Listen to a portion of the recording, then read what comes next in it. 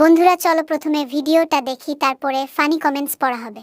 তো চলিए शुरू करते हैं। আচ্ছা, অ্যাডলফ খানকে আপনার কেমন লাগে পুরুষ হিসেবে? অসম্ভব ভালো লাগে।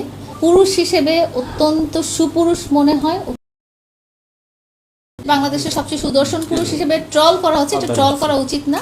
উনি সামনাসামনি অনেক সুদর্শন একজন পুরুষ এবং অনেক সাহসী একজন পুরুষ। সত্যি পুরুষ? এটা আমি যাচাই বাছাই করার তো কেউ না। মেডিকেল টার্মে উনি পুরুষ না মহিলা বা আমি পুরুষ না মহিলা সেটাও কিন্তু যাচাই বাছাই করার কোনো সুযোগ আমাদের বা না, দর্শকদের পুরুষ। নেই।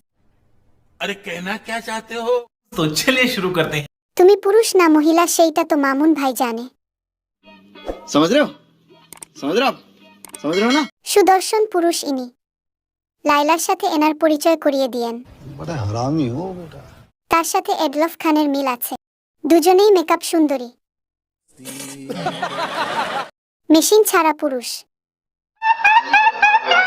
চুপ থাক মাতারি, বেডিও চেনে না বেডাও চেনে না।